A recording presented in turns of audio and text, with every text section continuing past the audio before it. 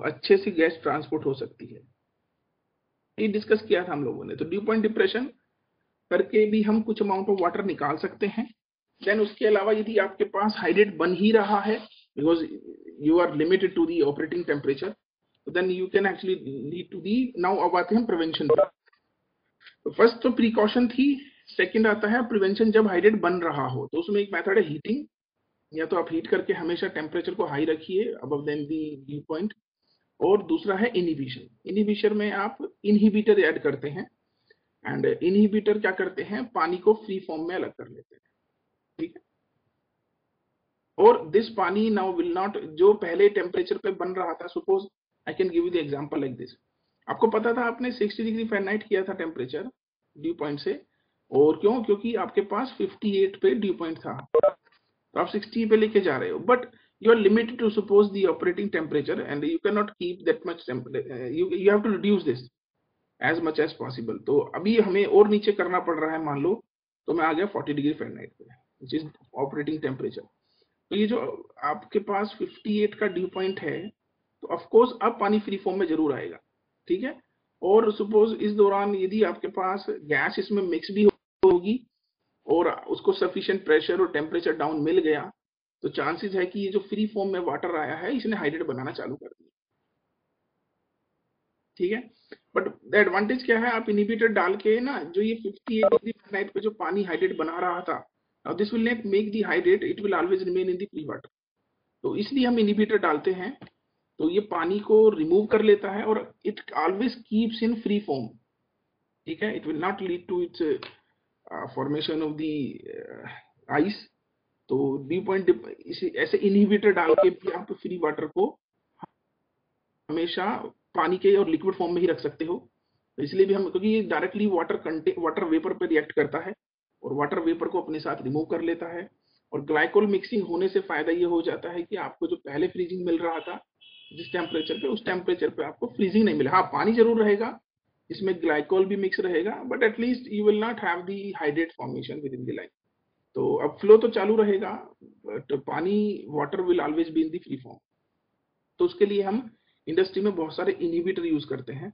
Inhibitor में भी अब हम डिस्कशन करेंगे। तो दो मेथड बहुत इंपॉर्टेंट है और वो ट्रेंड्स हैं इंडस्ट्री में। फर्स्ट है हीटिंग करके रखिए आप पाइपलाइन को हमेशा, बट कुछ जगह होगा जहाँ पे सबसी पाइपलाइंस हो सकती हैं, कुछ बरीड पाइपलाइंस होंगी, तो उनमें टेम्परेचर गिरने लगता है और सबसी में प्रेशर भी ज्यादा पहुंच जाता है। इसलिए आप इंजेक्शन यूनिट जहाँ से पाइप आ रहा है वहीं से थोड़ा सा इनहिबिटर मिला दीजिए, तो it can keep the water always in free form and there will be no formation of the hydrates.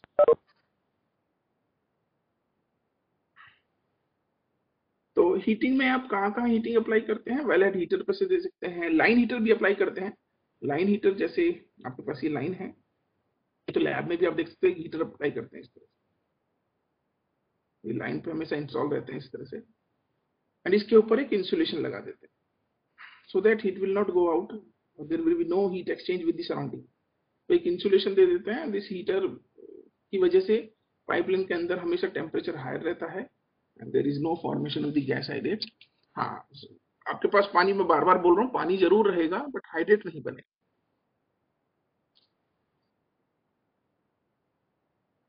Then हाँ, अब आते हैं हाइड्रेट इनहिबिशन पे। Please ask your questions wherever you have any doubt, आप पूछ सकते हो अपने क्वेश्चंस जो भी आपको।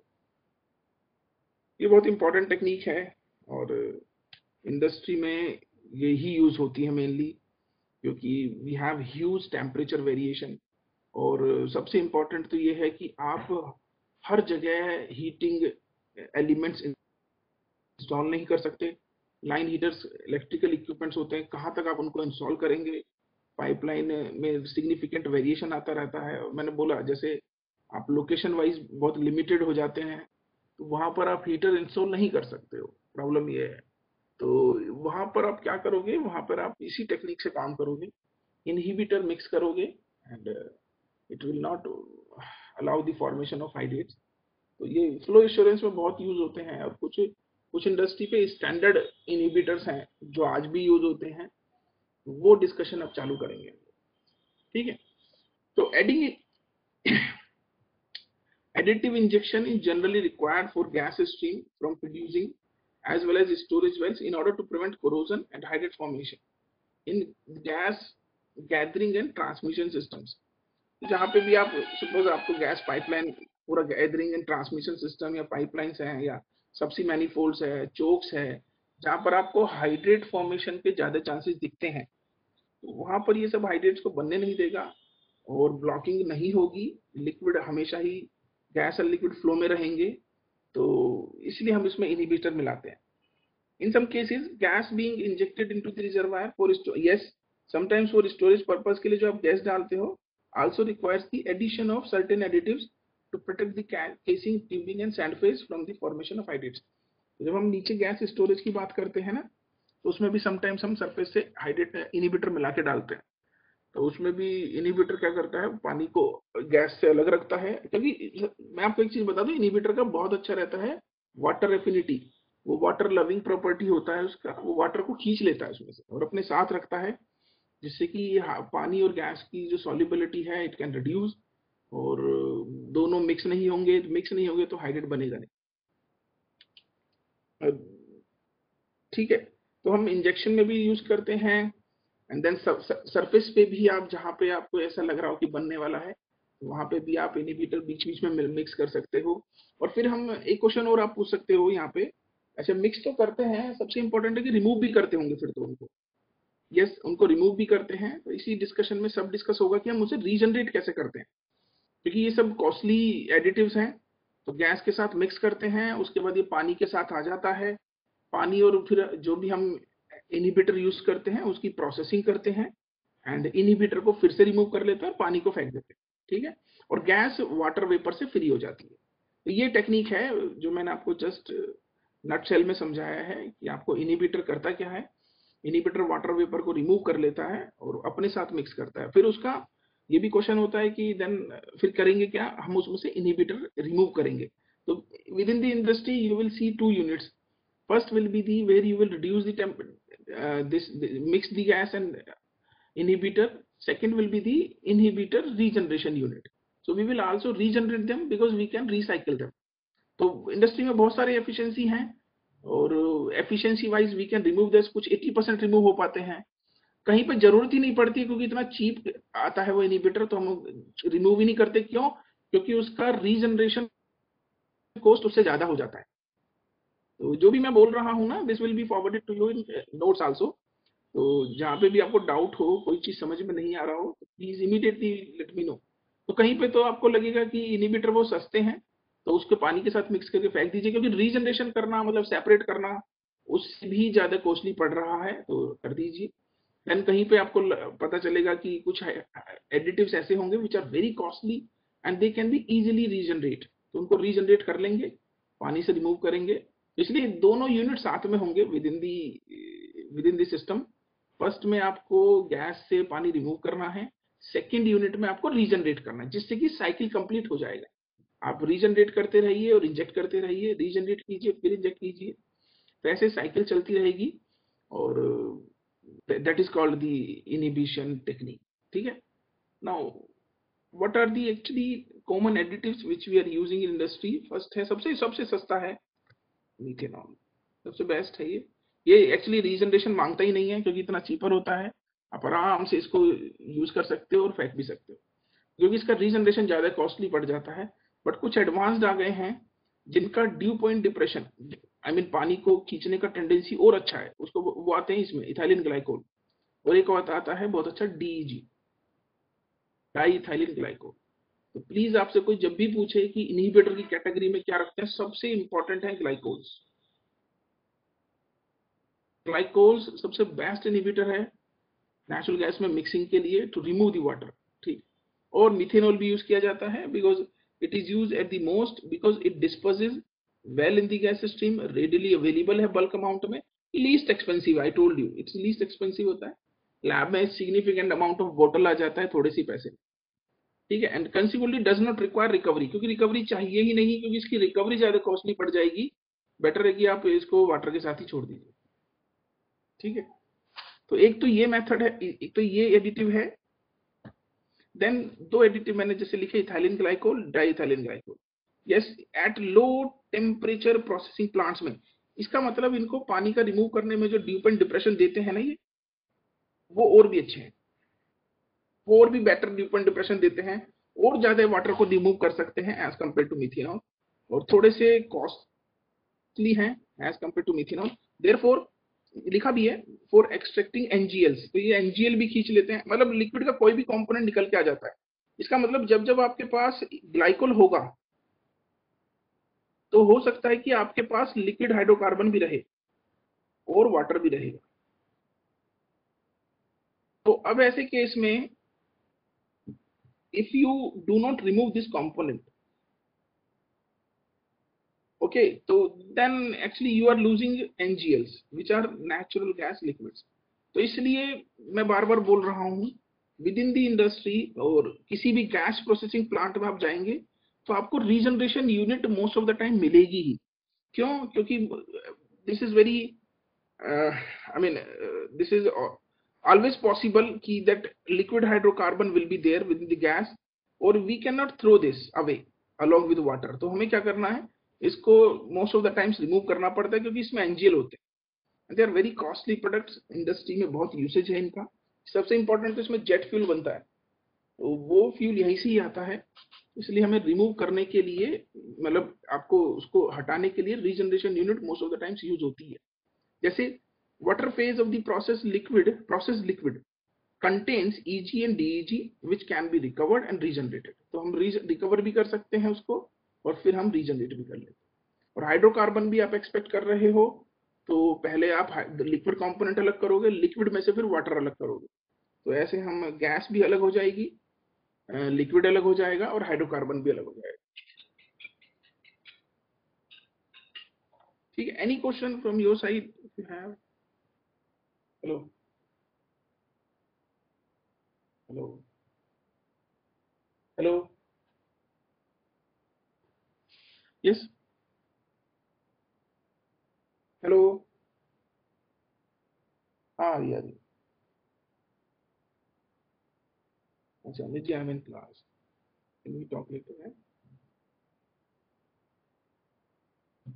सो anything else from your side, any question, जो चीज कहीं पे समझ में नहीं आया और डिस्कशन करना हो? ठीक है, क्योंकि देखो, जो ये तुम अमीर अजय मीना इज आस्किंग, अच्छा Ajay Meena is asking question, sir please repeat last point जिसमें लिक्विड अलग हो जाएगा। देखो लिक्विड में क्या है, आपके पास जो सेपरेटर यूज करेंगे हम इसमें, with in the processing plant में आपके पास सेपरेटर होगा, तो आपके पास सेपरेटर होगा, तो इसको हम फ्लैश सेपरेटर भी बोलते हैं। जब आप इसमें प्रोसेस्ड या रिमूव्ड के लिए ग्लाइकोल प्लस हाइड्रोकार्बन लिक्विड भी है और प्लस गैस भी है, और इसमें वाटर भी रहता है, तो वाटर और ग्लाइकोल तो साथ में रहेंगे। ठीक है, तो आपके पास यहाँ पे थ्री फेज सेपरेशन भी है, पानी भी है, सॉरी ऑयल भी है और गैस भी है। तो आपके पास इंडस्ट्री में दो, टू या थ्री फेज फ्लैश सेपरेटर होते हैं, और आप जानते हो थ्री फेज सेपरेटर में हमें पानी, गैस और हाइड्रोकार्बन अलग करना होता है। तो वही मैंने बोला कि लिक्विड अलग हो जाएगा, मतलब यहाँ पर आप जब फ्लैश सेपरेशन में प्रेशर रिड्यूस करोगे तो जो गैस है वो सबसे पहले ऊपर से निकलेगी, ठीक है, और जो लिक्विड है वो नीचे सेपरेट होगा कंडेंस होकर। फिर उसमें लिक्विड में दोनों चीज होंगे, हाइड्रोकार्बन भी होगा और पानी भी होगा। फिर उसको भी हमें यहीं पे ही दूसरी स्टेज में, पानी नीचे बैठ जाएगा और हाइड्रोकार्बन ऊपर रहेगा, तो हाइड्रोकार्बन अलग हो जाएगा और पानी को अलग यहाँ से निकालना, इसको बोलते हैं थ्री फेज सेपरेशन। तो सेपरेशन यूनिट भी लगेंगी, जिसमें मैं बोल रहा था कि, जिसमें बोला लिक्विड अलग हो जाएगा, लिक्विड अलग हो जाएगा, यस, और वो ग्लाइकोल के साथ मिक्स हो जाएगा। तो ग्लाइकोल प्लस लिक्विड रिकवरी अलग से होगी, नेचुरल गैस तो फ्री हो गया, जिसका हमें ऑब्जेक्टिव था कि हमें पानी इसमें से निकालना है, तो नेचुरल गैस फ्री हो जाएगा। बट ये जो पानी है, ग्लाइकोल जो है वो मिक्स होके आते हैं, और मिक्सिंग के बाद इफ यू आर एंटिसिपेटिंग कि इनको इनको रिमूव करना चाहिए, तो हम उसको रीजनरेट भी कर सकते हैं। तो वही मैं एक्सप्लेन करूंगा अब एक मेथड से, जिसमें हम इन्हें रिकवर करेंगे एंड देन रीजनरेट करेंगे, पानी को अलग करेंगे उससे और ग्लाइकोल को फिर से रिसाइकिल करेंगे, यही मैंने बोला है।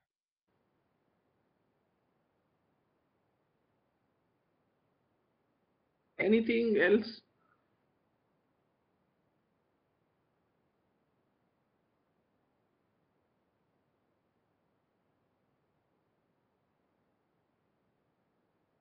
Anything else from anyone? ठीक है, then let us move ahead. तो इंपॉर्टेंट आपको क्या मिले हैं अब, ये ध्यान रखना। सबसे पहले मिथेनॉल है, ग्लाइकोल है, और ग्लाइकोल में सबसे जो एडवांस्ड है वो डाइथाइलिन ग्लाइकोल है, डीईजी एंड ईजी। ईजी भी यूज होता है। तो इथाइलिन ग्लाइकोल, डाइथाइलिन ग्लाइकोल सबसे ज्यादा वाटर रिमूवल के लिए यूज होते हैं, और मिथेनॉल जो है वो सस्ता है, तो उसमें रीजनरेशन का इतना जरूरत नहीं पड़ता है।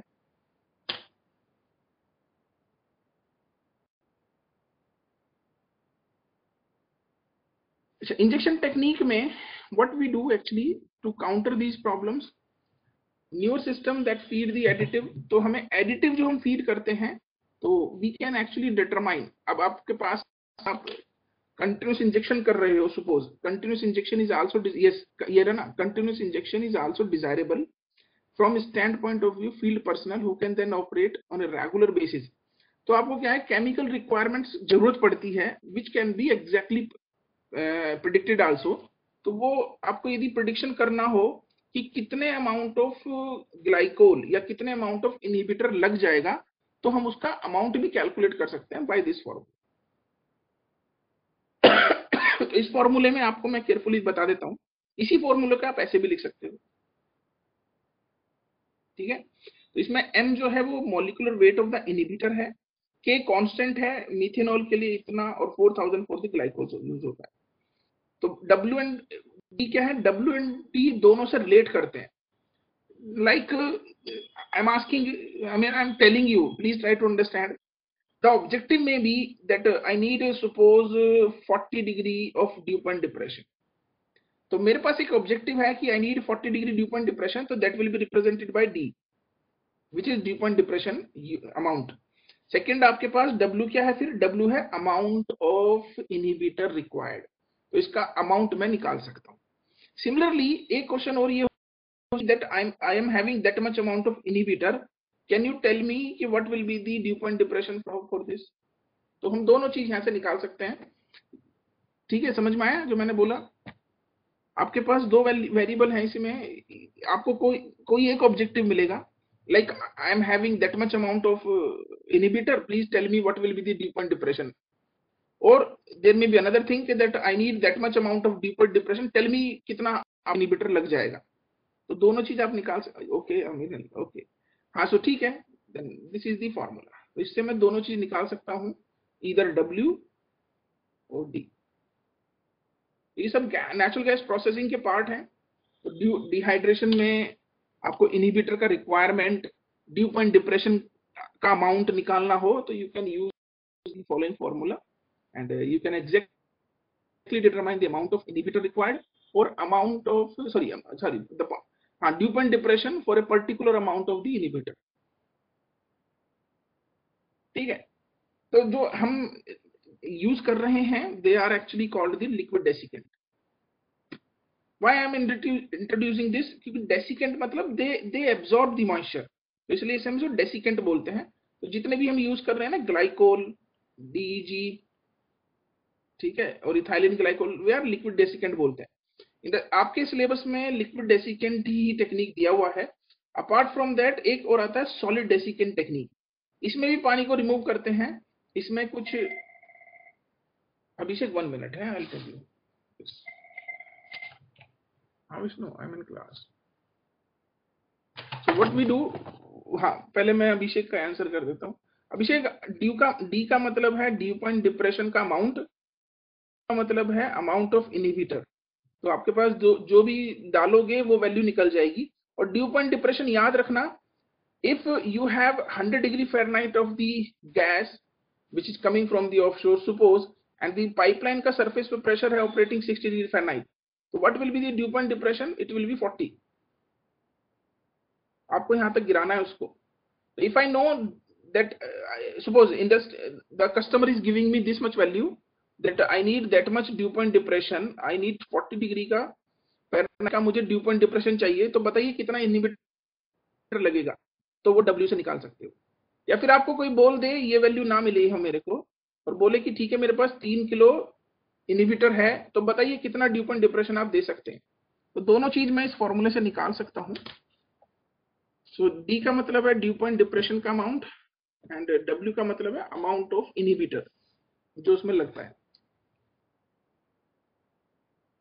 ठीक है। और ये जो टेक्निक है it comes under the category of liquid desiccant technique. तो आपके सिलेबस में ये है, कुछ होती है सॉलिड डेसिकेंट टेक्निक भी, उसमें सरफेस बनाते हैं, मेम्ब्रेन्स बनाते हैं। तो वो क्या करते हैं, सॉलिड डेसिकेंट में सरफेस के ऊपर एड्जॉर्प्शन होता है पानी का। तो वो दूसरे टेक्निक है, उसमें मतलब आपको पानी के ड्रॉपलेट्स रिमूव करने के लिए कुछ सॉलिड चीज चाहिए, उसके लिए उसको बोलते हैं सॉलिड डेसिकेंट टेक्निक। तो वो आपके सिलेबस में नहीं है, लिक्विड डेसिकेंट टेक्निक है। और लिक्विड डेसिकेंट टेक्निक में हम इनको यूज करते हैं, जितने भी इनहिबिटर्स हैं, ग्लाइकोल है और ये जितने, तो उसको ही हम डिस्कस करते हैं अभी। तो the most widely use method for the dehydration है ये hygroscopic chemicals such as methanol and glycols can be used। ठीक है, अब ये hygroscopic chemicals, I think you must be knowing this, what is the meaning of hygroscopic, if anybody knows this। hygroscopic जो होते हैं वो थर्मली स्टेबल होते हैं, केमिकली भी वो बैलेंस्ड होते हैं, तो उसमें विस्कोसिटी लिमिटेशंस और थर्मल स्टेबिलिटी का इश्यू कम से कम होता है, तो इसको हम हाइग्रोस्कोपिक केमिकल बोलते हैं। ठीक है, हाइग्रोस्कोपिक ये केमिस्ट्री में बहुत वर्ड यूज होता है। तो ऐसे ही ये केमिकल हैं, जैसे मीथेनॉल है, ग्लाइकोल्स है, they are best for the temperature variation, उनकी थर्मल स्टेबिलिटी भी बहुत अच्छी होती है, तो इसलिए हम उसको यूज करते हैं। ठीक है, because that is also important, जो जिस टेम्परेचर पे आप ग्लाइकोल यूज करने जा रहे हो, it's not, it should keep the, it should keep the chemical, और मतलब थर्मली स्टेबल होना चाहिए, विस्कोसिटी का लिमिटेशंस नहीं आना चाहिए। और बहुत सारे हाइग्रोस्कोपिक होते हैं जिसमें जैसे बोलते हैं हम, उनकी एब्जॉर्प्शन पानी के साथ वाटर लविंग टेंडेंसी बहुत अच्छी है, तो ये सब हाइग्रोस्कोपिक में आते हैं, पानी के साथ बहुत जल्दी। Yes, we have some questions here. Rohan ने लिखा है tending to absorb moisture from the air, tending to absorb moisture from the air, हाँ यही तो, यही हाइग्रोस्कोपिक है। बट मैंने जैसे बोला वाटर लविंग टेंडेंसी है उनका, तो उनको हम हाइग्रोस्कोपिक बोल सकते हैं। सेकंड, इनको इसलिए भी यूज करते हैं कि इनकी थर्मल स्टेबिलिटी और विस्कोसिटी लिमिटेशंस नहीं होने चाहिए, क्योंकि आप जो भी चीज यूज करने जा रहे हो, though it is having very good tendency to absorb, but उसकी थर्मल स्टेबिलिटी के इश्यूज बहुत है, तो आपको कहीं पे बैलेंस क्रिएट करना है।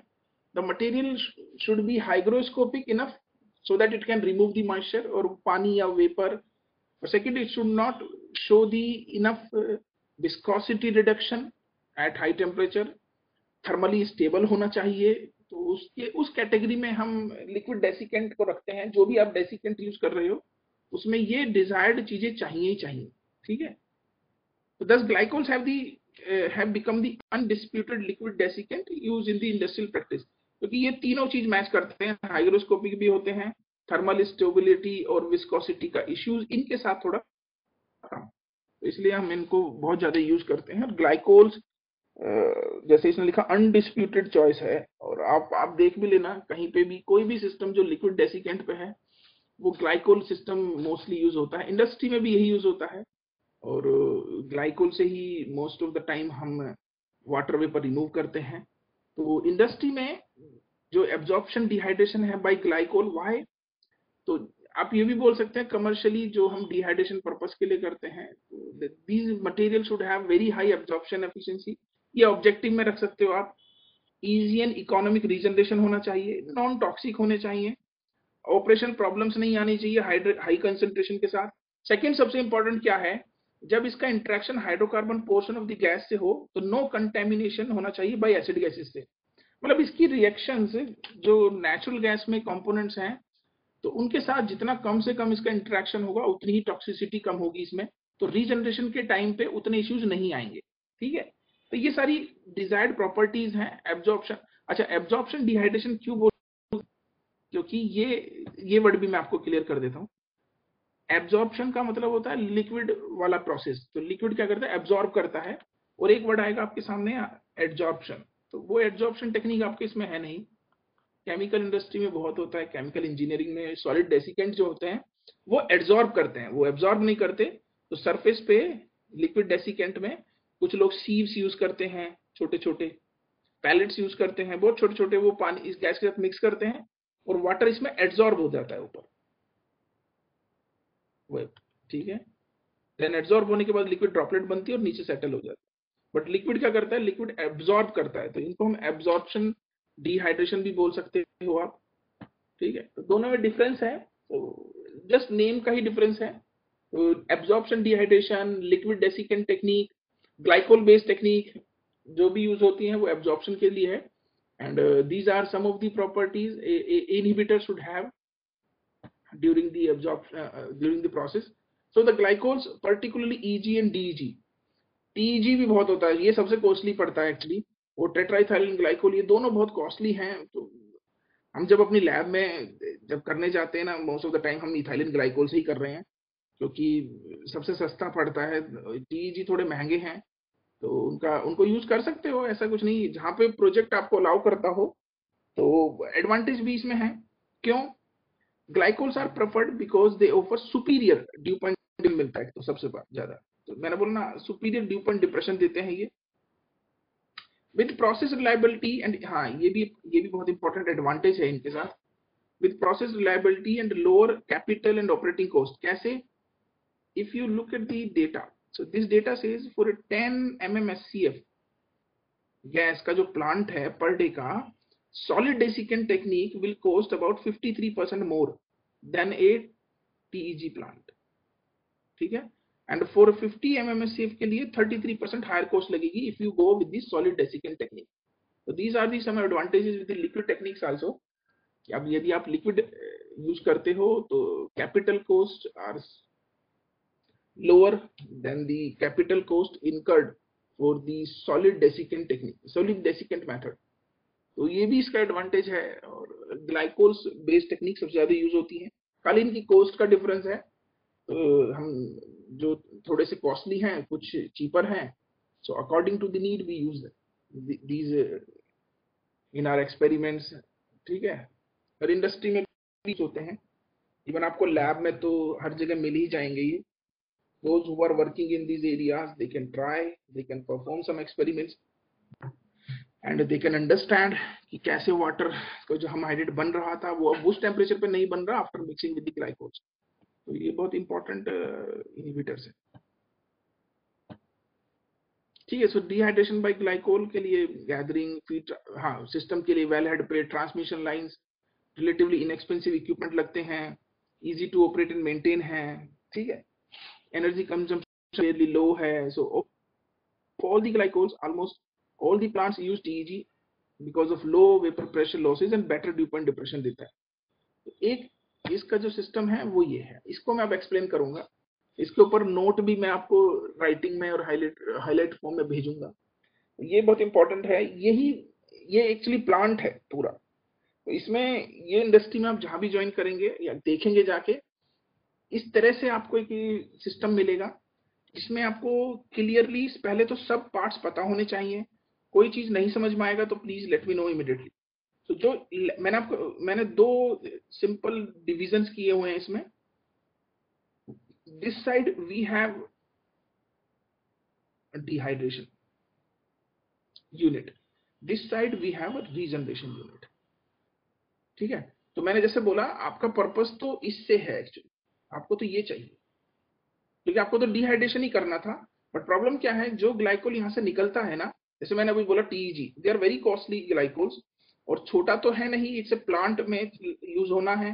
तो if we can recover them simultaneously and inject again with in the natural gas with this absorber column, तो प्रोसेस को मोर इकोनॉमिक बना सकते हैं, मोर सस्टेनेबल होगा, कंटिन्यूस प्रोसेस होगा, तो एडवांटेजेस ज्यादा मिलेंगे। तो इसलिए यूनिट डिहाइड्रेशन के साथ साथ आपको रीजनरेशन यूनिट भी हमेशा ही मिलेगा, ठीक है।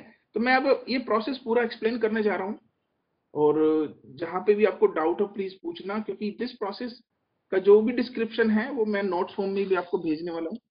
तो पहले आप इस प्रोसेस को समझिए, जहां पे डाउट होगा please immediately you can discuss. जहां पे कोई भी वर्ड, पहले तो आप इसके सारे कंपोनेंट देख लीजिए, जहां पे समझ में नहीं आ रहा हो प्लीज यू कैन आस्क, जो भी कंपोनेंट वर्ड या कोई ऐसा चीज जो आपको नहीं समझ में आ रहा है तो प्लीज लेट मी नो। तो सबसे पहले बहुत बहुत ही सिस्टमेटिक प्रोसेस है और विद इन दी नोट्स में भी ऐसे ही एक्सप्लेन हुआ है, इसलिए जहां भी आपको कोई क्वेश्चन लगे कि नहीं समझ में आया इमीडिएटली बता देना। तो जो इस कॉलम में मैंने जैसे पहले दो दो पार्ट्स में डिवाइड किया था ये पूरा सिस्टम, लेफ्ट हैंड साइड में आपको लगेगा देखने के लिए मिलेगा डिहाइड्रेशन यूनिट और राइट हैंड साइड में है एक्चुअली रीजनरेशन यूनिट। तो पूरी साइकिल यहीं पे ही कंप्लीट हो जाएगी, हम डिहाइड्रेशन भी करेंगे और रीजनरेशन भी कर लेंगे और फिर से उसको इंजेक्ट कर देंगे एंड देन डिहाइड्रेशन रीजनरेशन दोनों साथ साथ चलेंगे। तो इसमें एक्सप्लेन करने के लिए यस, सो सबसे पहले आपके पास वेट गैस आएगा, ठीक है, which will have other components also, solid भी होगा उसमें, ठीक है, कुछ कुछ और पार्टिकल्स भी हो सकते हैं। तो इसलिए हम रियल केस जो है नेचुरल गैस उसको वेट गैस से लेके बोल चलते हैं। तो जो वेट गैस है सबसे पहले आपने किसी एक कॉलम में इसको सेंड करो और जितना भी हो सकता है, ये जो आपको दिख रहा है this looks like to me inlet diverter, ठीक है। तो यहाँ पर मैंने इसको स्ट्राइक किया और स्ट्राइक करने के बाद दिस गैस में गो इन अपवर्ड डायरेक्शन और लिक्विड जो है जो सेट हो सकता है अपने आप, तो वो नीचे बैठ जाएगा। तो जो फ्री लिक्विड है ये पहली बार में सेपरेट हो गया, दिस इज फ्री लिक्विड, ठीक है। तो ये सबसे पहले आप करेंगे किसी भी कॉलम में, तो इसका प्रोसेस यहाँ से स्टार्ट होता है, ठीक है। आप इसको जैसे इसमें ड्रिलिंग मड भी हो सकता है, ठीक है, वो भी रिमूव हो जाएगा, सॉलिड मैटर हो सकते हैं, कुछ सैंड होती है। तो इसलिए before reaction with glycol before reaction with glycol we should remove all these unwanted components if we can, ठीक है। तो हमने क्या किया, इसको हम स्क्रबर बोलते हैं, वैसे एक्चुअली इसको स्क्रबर भी बोलते हैं। तो स्क्रबर है ये, उसके ऊपर एब्जॉर्बर है, तो ये पूरा कंप्लीट यूनिट बनता है डिहाइड्रेशन के लिए, जिसमें हम गैस को ग्लाइकोल से रिएक्ट कराते हैं। तो गैस की जो रिएक्शन है ग्लाइकोल से यहाँ पे होती है, बट उससे पहले आप वेट गैस में से जो फ्री वाटर है उसको रिमूव कर सकते हो तो बहुत अच्छी बात है, वो निकल जाएगा, जितना भी हमें चाहिए ही नहीं उसको, क्योंकि जो मेन है वो तो वेट गैस में जो गैस है उसमें जब ग्लाइकोल से रिएक्ट करोगे तो वाटर वेपर उसमें से निकलेंगे, वो मुझे निकालना है। तो उसके लिए मैंने ग्लाइकोल से रिएक्शन कराना है, बट फ्री वाटर है या कुछ अनवांटेड है, ड्रिलिंग मड है, तो उसको रिमूव कर लीजिए पहले। उसके बाद गैस जो है फिर से मिस एक्सट्रैक्टर की तरफ जाएगी विच इज अवेलेबल हियर।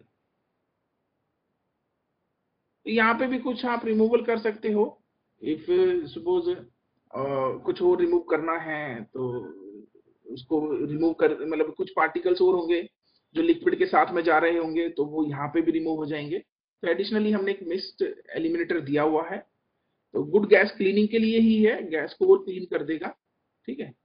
फिर उसके बाद ये ऊपर जाएगा and then now it will enter into this absorber column, और एब्जॉर्बर कॉलम में आपने नंबर ऑफ इक्विलिब्रियम ट्रेस दिए हुए हैं।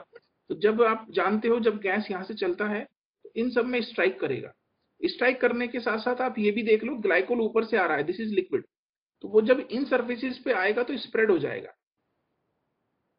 तो क्या कर रहे हैं हम कि जो काउंटर करंट आ रही है ना, दो गैस ऊपर जा रहा है और ग्लाइकोल नीचे आ रहा है, तो जब आप बिना उनका सरफेस एरिया बढ़ा दो जिससे कि रिएक्शन ज्यादा से ज्यादा होगी, ज्यादा से ज्यादा गैस ग्लाइकोल के टच में आए, तो इसलिए हमने एक एब्जॉर्बर कॉलम में नंबर ऑफ ट्रेस दिए हैं। तो उनके ऊपर जितना ग्लाइकोल फैल जाएगा उतना ही गैस के साथ ज्यादा कांटेक्ट करेगा, जितना ज्यादा कांटेक्ट करेगा उतना ही एब्जॉर्प्शन एफिशिएंसी अच्छी हो जाएगी, उतना ही वाटर वेपर रिमूव होने के चांसेस बढ़ जाएंगे।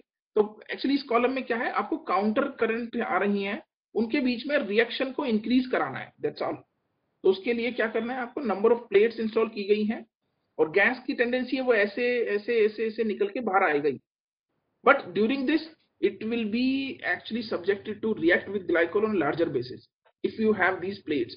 तो जितना ज्यादा जिगजैग मोशन दोगे उतना ही ये पानी के टच में, सॉरी ग्लाइकोल के टच में आएगा और उतना ही रिमूवल एफिशिएंसी ज्यादा हो जाएगा। तो देखो आप इसमें सबसे पहले यस, ये लीन ग्लाइकोल है जो टॉप से आपने डाला और वो नीचे गया और निकलने के यहां से ग्लाइकोल फिर निकलता भी है, उसको हम बोलते हैं रिच ग्लाइकोल, ठीक है। रिच ग्लाइकोल इसलिए क्योंकि इसमें पानी भी है, इसमें हाइड्रोकार्बन भी हो सकता है लिक्विड फॉर्म में, तो वो सब को हम रिच ग्लाइकोल बोल रहे हैं, और जो सर्फ आपने ऊपर डाला है उसको हम लीन ग्लाइकोल बोलते हैं।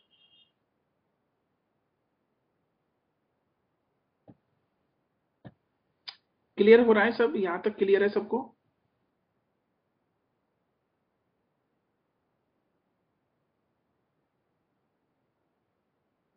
नहीं नहीं, ऊपर से आमिर खाली ग्लाइकोल आ रहा है।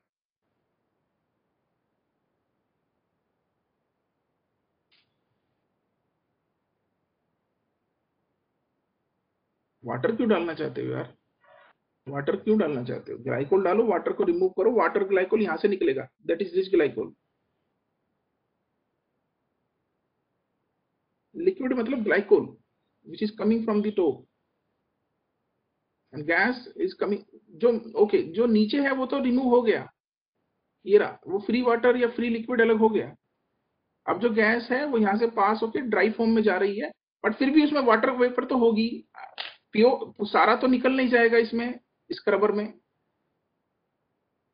तो जो फ्री फॉर्म में निकल सकता था मैंने निकाल लिया, जितना भी रिमूवल एफिशिएंसी बढ़ाने की कोशिश कर रहे हैं हम लोग, और जो वाट गैस के साथ अभी भी चला जाएगा ऊपर, वो ग्लाइकोल के साथ रिएक्ट होकर निकल जाएगा, तो ग्लाइकोल के साथ पानी यहाँ से निकलेगा, और कुछ फ्री वाटर जो ऑलरेडी था वो तो पहले निकल गया, वो तो जस्ट जस्ट एक प्रिकॉशन है, उसमें सैंड भी हो सकती है, मतलब गैस की क्लीनिंग कर लेते हैं पहले से ही। और क्योंकि वरना क्या होगा, एक चीज और मैं बता देता हूँ, यहाँ से यदि आप भेजोगे नहीं ना, तो इसमें ड्रिलिंग मड भी हो सकता है साथ में मिक्स होके, और इसमें और कुछ भी हो सकता है, सैंड भी हो सकता है। तो वो सब क्या करेंगे, जब ग्लाइकोल से रिएक्ट करेंगे तो उनके साथ रिएक्शन में एफिशिएंसी और लॉसेस भी हो सकते हैं, क्योंकि ये जो ड्रिलिंग मड है अपने साथ ग्लाइकोल को भी मिक्स कर सकती है, तो ग्लाइकोल लॉस्ट हो जाएगा। तो उसकी जो एफिशिएंसी है उसको बचाने के लिए हम पहले से ही जो फॉरेन चीजें हैं हमें निकाल लेनी चाहिए, हमें करना ही नहीं है उसके साथ कुछ भी। तो जो जो गैस अपने साथ लाई है वो अलग कर लीजिए, और वो इजीली अलग होने के लिए रेडी भी है तो कर लीजिए, क्या तो बेटर है कि एब्जॉर्प्शन एफिशिएंसी और बढ़ जाएगा। ठीक है, बस वही किया हमने। ठीक है, यहाँ तक कोई डाउट है तो प्लीज लेट मी नो।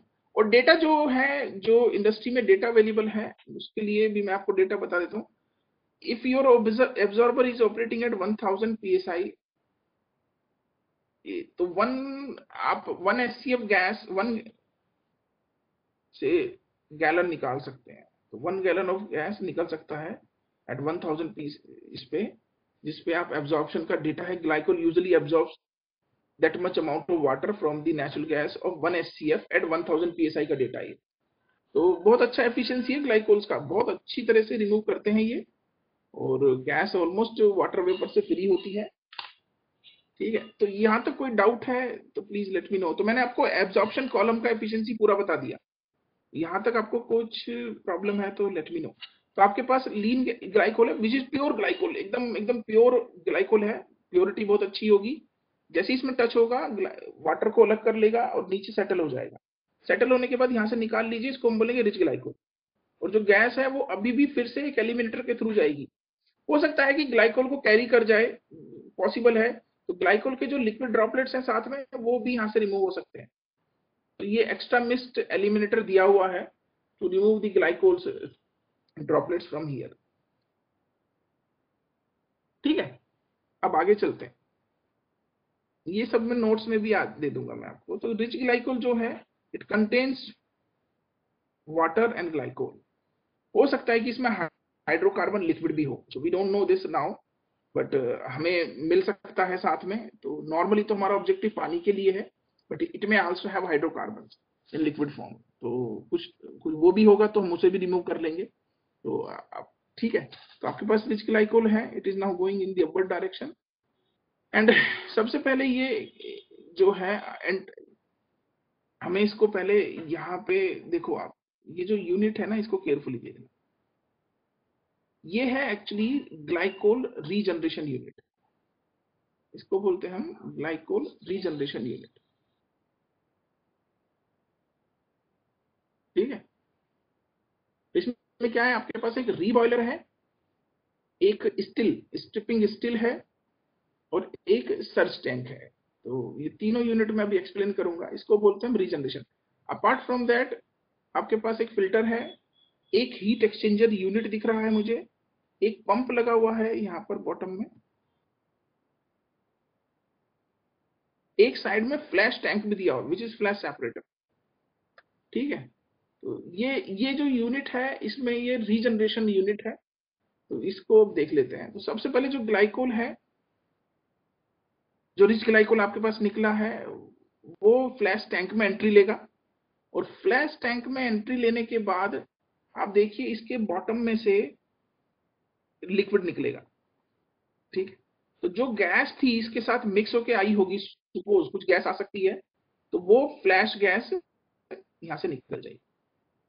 ठीक है, तो यहाँ पर आपको दो चीज है जिसमें ग्लाइकोल और गैस जो रिच था उसको मैंने फ्लैश टैंक में प्रेशर रिड्यूस करके अलग कर लिया और गैस को निकाल लिया। दिस फ्लैश गैस में have some temperature also, otherwise आप उसको डायरेक्टली एटमॉस्फेयर में फ्लेयरिंग करके वेंट भी कर सकते हो, अदरवाइज यदि इसमें टेम्परेचर है तो आप इसको यूज भी कर सकते हो इन रीबॉयलर। ठीक है, तो इसको हम यूज भी कर सकते हैं फ्लैश गैस को, अदरवाइज फेंक भी सकते हो if it doesn't have sufficient temperature. और 3 फेज सेपरेटर भी यहाँ पे लग सकता है आपका, ये भी ध्यान रखना। तो उस केस में क्या होगा, पानी और ग्लाइकोल अलग होगा और प्लस यहाँ से हाइड्रोकार्बन भी अलग होगा, हाइड्रोकार्बन लिक्विड। तो अभी जो केस है इसमें फ्लैश गैस सेपरेटर दो हो सकते हैं, एक 2 फेज भी हो सकता है और 3 फेज भी हो सकता है। ठीक है, तो गैस ऊपर से निकल गया, पानी नीचे, ग्लाइकोल नीचे जा रहा है, हाइड्रोकार्बन अलग हो गया। ठीक है, फिर अब देखिए यहाँ पर एक हीट एक्सचेंजर यूनिट भी दिया हुआ है साथ में। तो अभी मैं इसको बताता हूँ, आगे चलते हैं। तो एक फिल्टर भी यूज कर सकते हो आप, यस फिल्टर भी दिया हुआ है to remove the some solid particles, यदि फिर से कैरी होंगे तो वो रीबॉयलर में एंट्री देने से पहले यहाँ से जो एंट्री ले रहे हैं उसमें और रिमूव कर सकते हो। तो रीबॉयलर, अब जब यहाँ से एंट्री लोगे तो रीबॉयलर के ऊपर एक ये दिया है स्ट्रिपिंग स्टील। ये क्या है, ये सिमिलर टू एब्जॉर्बर कॉलम है, और इसमें जब ऊपर से आप पानी प्लस ग्लाइकोल डाल रहे हो, ठीक है, और नीचे रीबॉयलर है। रीबॉयलर क्या करता है, रीबॉयलर जस्ट बॉयल करता है, and based on the temperature difference between glycol, 1 minute, between glycol and water, तो नीचे जो सर्च टैंक है ग्लाइकोल नीचे बैठ जाता है क्योंकि पानी को पहले ही मिल जाता है टेम्परेचर, तो वो वेपर फॉर्म में बदल जाता है और ऊपर से निकलने लगता है। तो इसलिए देखिए टॉप से वाटर वेपर निकल रही है, और वाटर वेपर कंटिन्यूसली इनके टच में भी आती है, जो ऊपर से वाटर प्लस ग्लाइकोल आ रहा है। ठीक है, तो और वेपर जो है हीट देके इस पानी को में से कुछ पानी और निकाल सकती है वेपर फॉर्म में।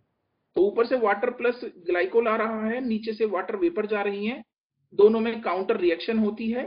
ठीक है, और वाटर वेपर ऊपर से निकल जाता है, ग्लाइकोल यहाँ रीबॉयलर में नीचे सेट होता है, जिसमें हम सर्ज टैंक में भर लेते हैं। ये सर्ज टैंक है, मतलब सफिशिएंट अमाउंट ऑफ ग्लाइकोल हमारे पास स्टोर हो जाता है, but now it has sufficient temperature also, क्योंकि आपने उसको रीबॉयलर से भेजा है।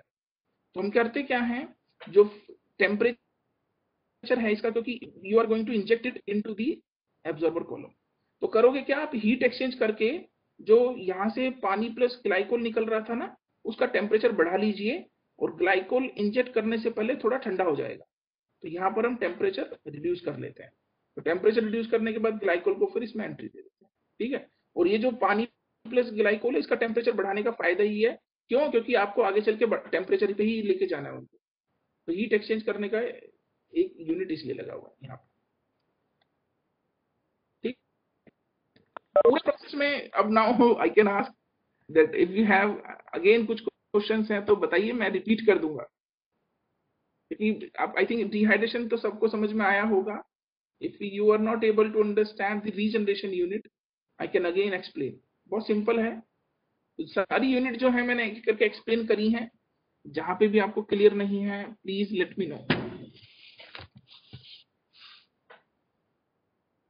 सर फ्लैश टैंक से थोड़ा कंफ्यूज हो रहा हूँ, Arunima please read the regeneration unit. Aamir flash tank इसलिए चाहिए क्योंकि देखो आपने कहीं पे भी ना लिक्विड हाइड्रोकार्बन की बात नहीं करी है आमिर अभी तक। ठीक है, और जो जो फ्लैश टैंक इसलिए है क्योंकि जो पानी आ रहा होगा ना और ग्लाइकोल आ रहा होगा, सपोज हो सकता है कि पानी अपने साथ गैस ले आया, तो जस्ट एक एक्स्ट्रा प्रिकॉशन है कि यहाँ से यदि कुछ गैस डिजोल्व होकर आ रही होगी ना, that can be removed also. और हो सकता है कि ये flash tank three phase separation देता हो, तो आपके पास लिक्विड हाइड्रोकार्बन भी तो हो सकता है।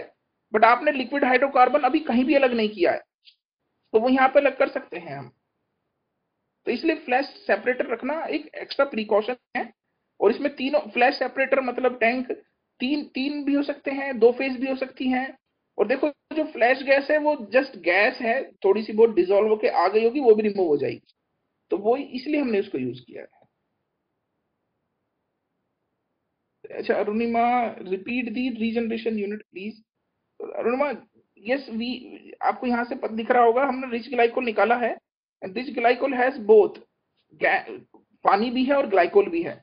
So we have to now remove the glycol from the water so that I can reinject this glycol into the absorber column. इसमें डाल सकते हैं, इसलिए हम ग्लाइकोल यहाँ से अलग करेंगे अब।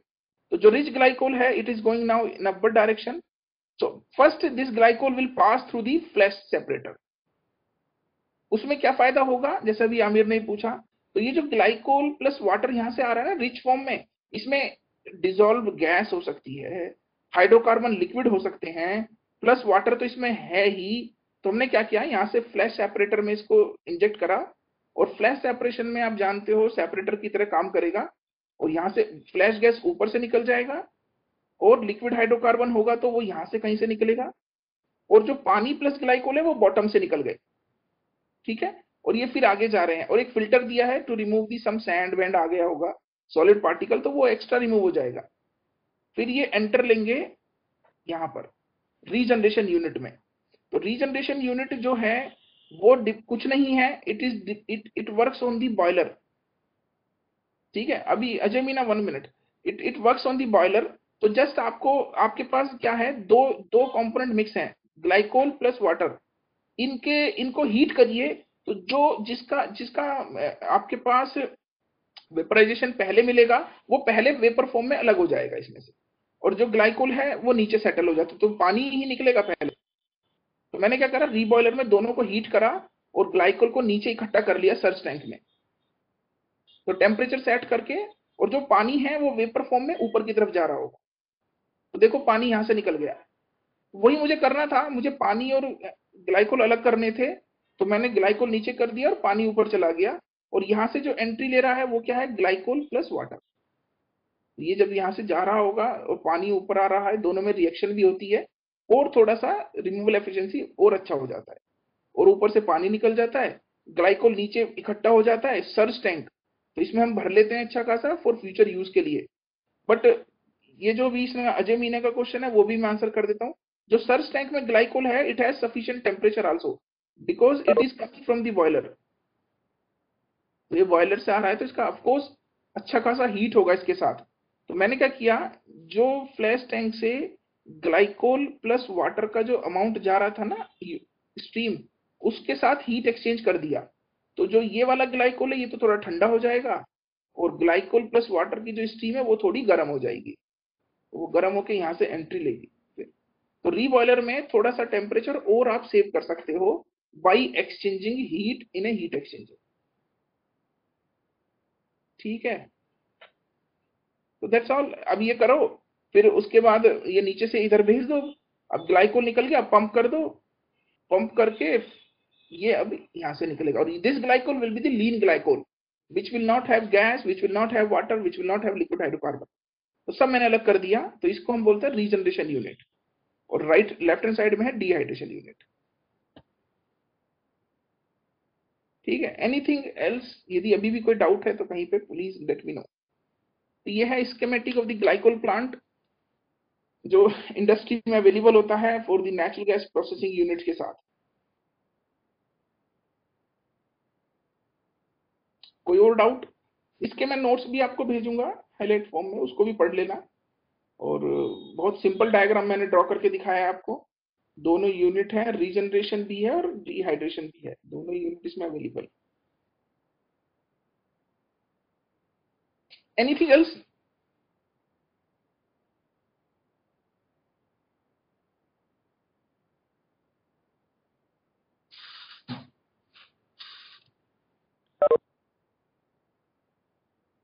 कोई डाउट नहीं है? आमिर कोई डाउट है?